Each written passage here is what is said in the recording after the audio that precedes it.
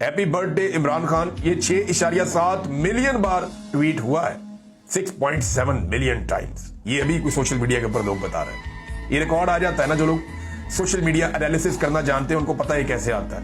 ये अवामी सपोर्ट है इस आदमी। इमरान खान की अवामी सपोर्ट बेहतरीन है, लेकिन इमरान खान साहब की जो पॉलिटिकल पार्टी के अंदर लोग हैं वो बज़ाहिर कमजोर है।